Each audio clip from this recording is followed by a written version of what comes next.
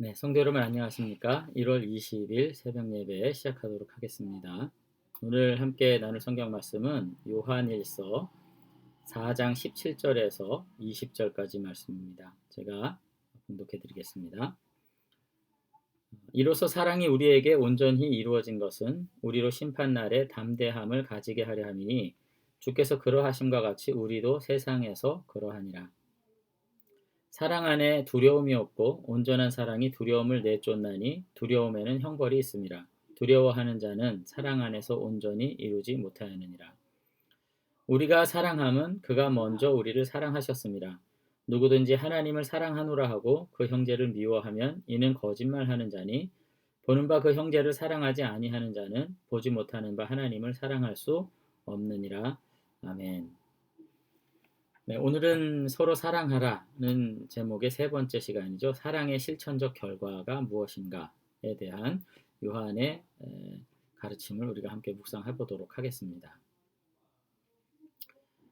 17절 말씀 보면은 이렇게 되어 있습니다. 이로써 사랑이 우리에게 온전히 이루어진 것은, 그 다음에요, 우리로 심판날에 담대함을 가지게 하려 함이니 주께서 그러하심과 같이 우리도 이 세상에서 그러하니라. 이렇게 되어 있습니다. 어떻게 이해하셨어요? 이 뭐라고 지금 이야기하고 있는 건가요? 지금 문장을 이해하려면 이제 주어 서술어 구조 안에서 무엇이 주어고 무엇이 서술어인지 먼저 이해가 돼야 되는데 이 본문은 적당하게 이해하기가 참 어려운 본문이에요. 그런 점에서. 그래서 조금 번역을 바꿔보겠습니다. 이렇게 돼 있는 거죠. 사랑이 우리 안에서 온전히 이루어진다는 확신을 가질 수 있을 때에는 이에요. 그러니까 사랑이 우리에게 온전히 이루어지는 것은 이렇게 읽기보다는 정말 계속해서 사랑을 강조해 왔잖아요.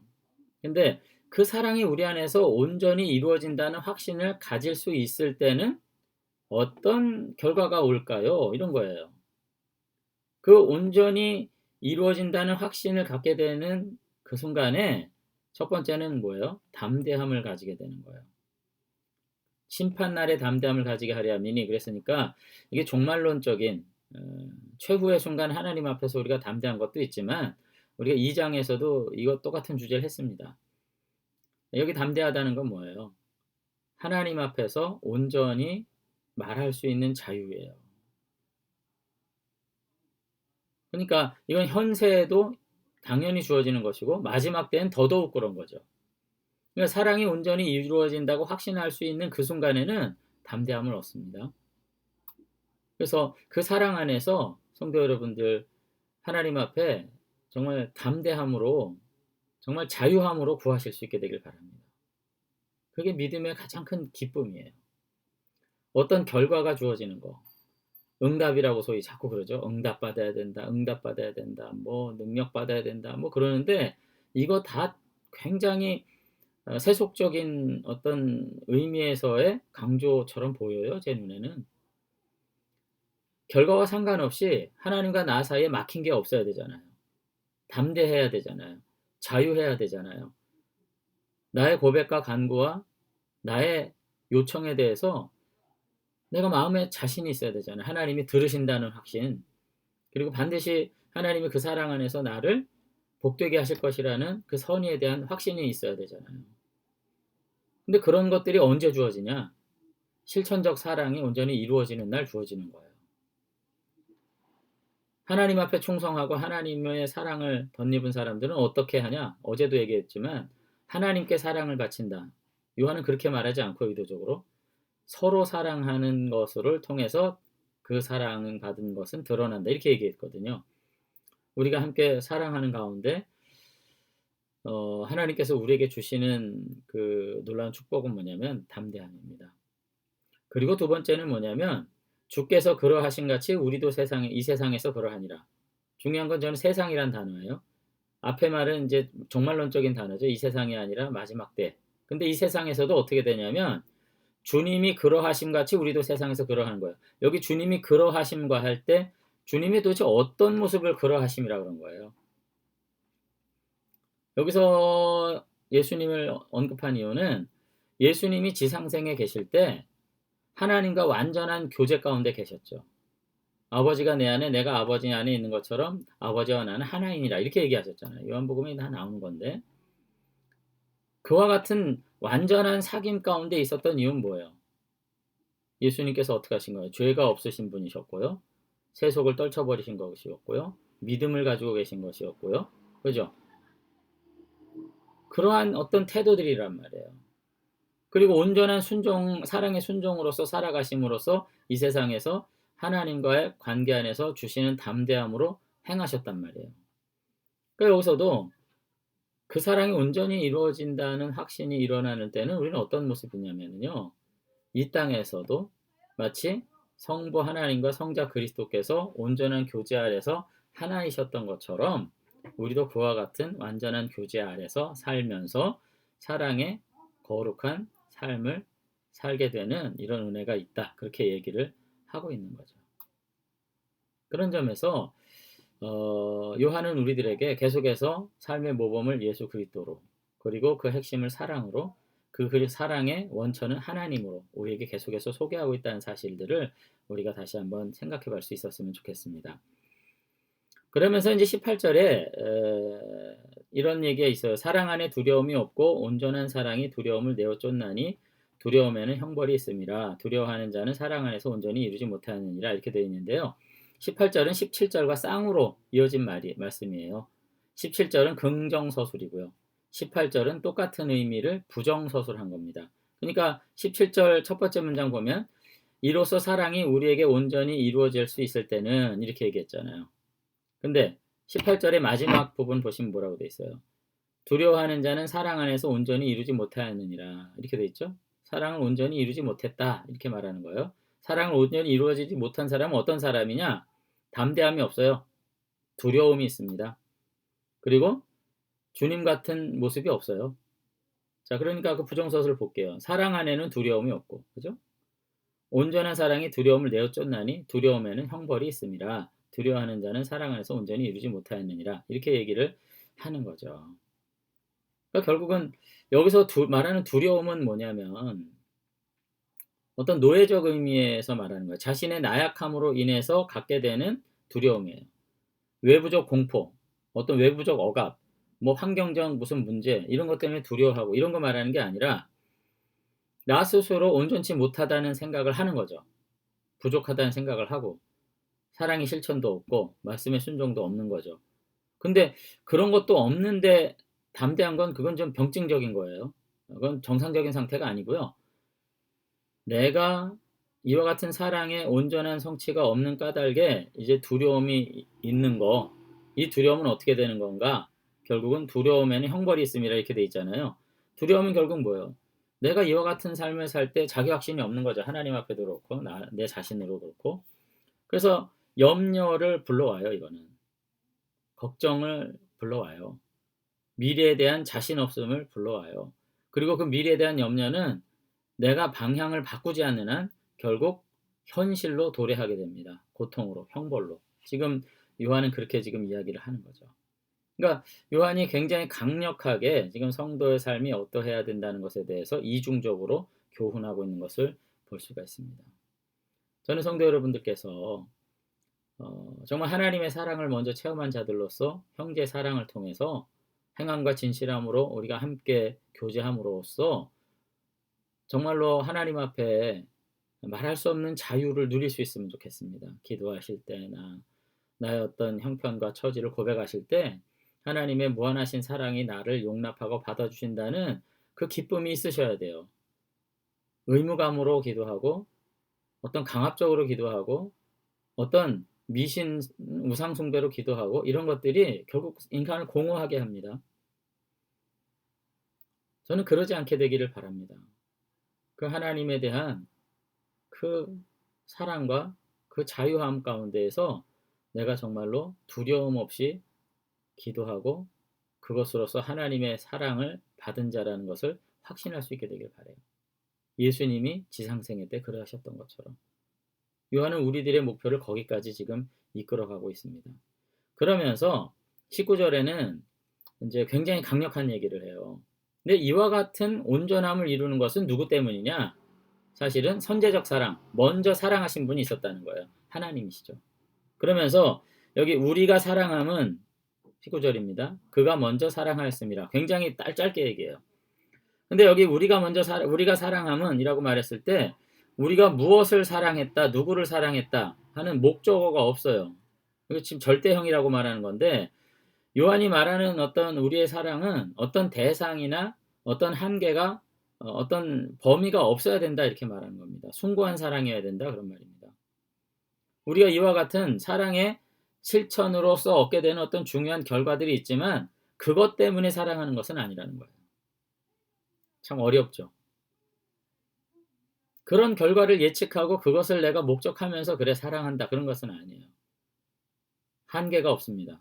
대상이 없습니다. 절대적 사랑이에요. 그냥 그 사랑이 곧 나예요.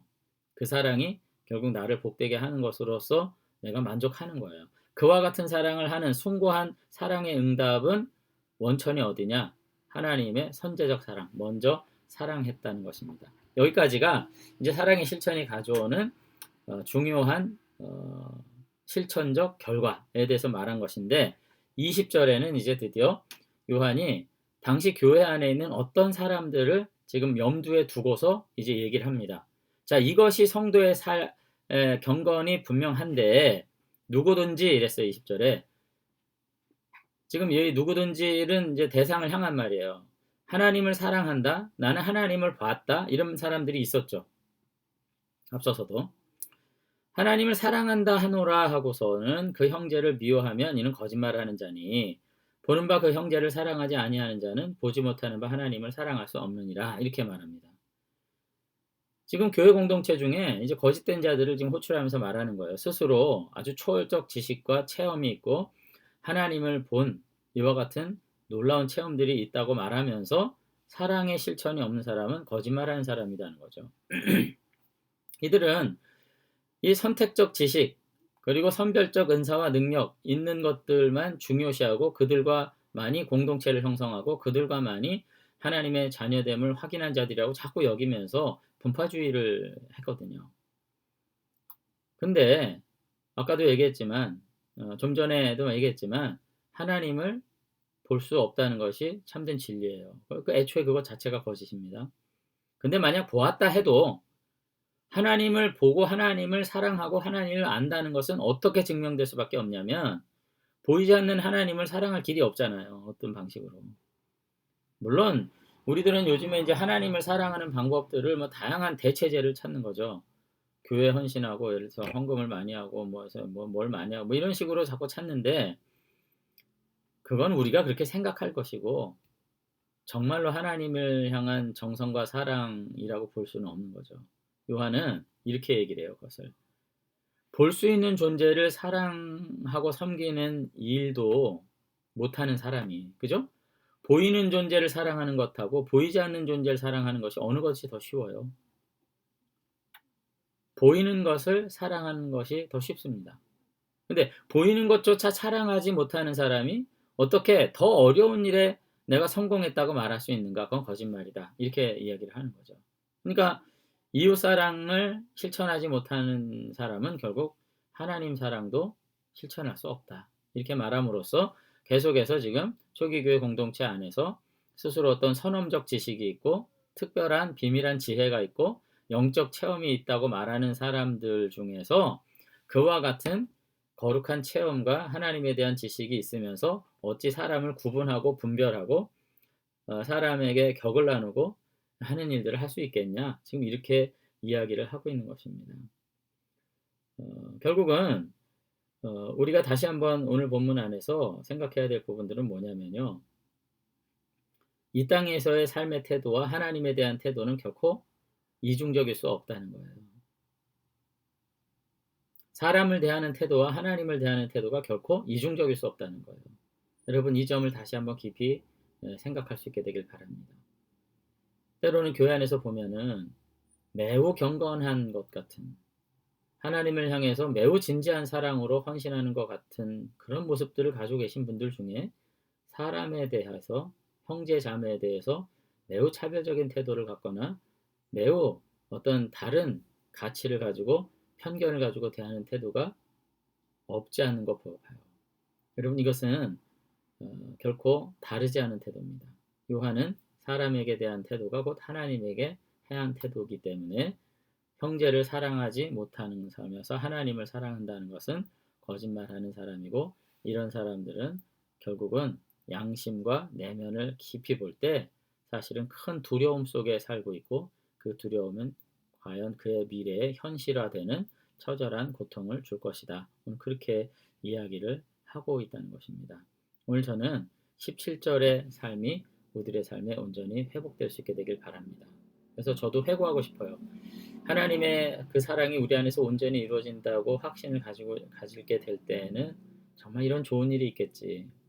하나님 앞에 담대하게 될 수 있고, 주님과 같이 하나님과 더불어서 정말 교제하는 온전한 하나됨을 누리게 되겠지. 그런 생각들을 내 가운데 가지면서 한 날 한날을 살게 될 것 같습니다. 아무쪼록 우리 교회 여러분들께서도 그와 같은 믿음 안에서 오늘 하루 또 앞으로 주어진 날들을 온전히 담대함으로 세워갈 수 있는 복된 주의 자녀들이 되시기를 주의 이름으로 축원합니다. 한번 기도하겠습니다.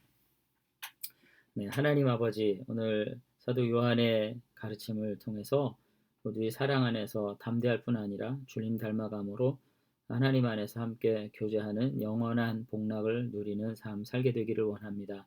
하나님, 결코 이 땅에서의 삶에 우리가 가치를 두면서 차별적 삶을 살고 편견적 삶을 살고 내 주장 가운데에서 독선적인 삶 살지 않게 되기를 원합니다.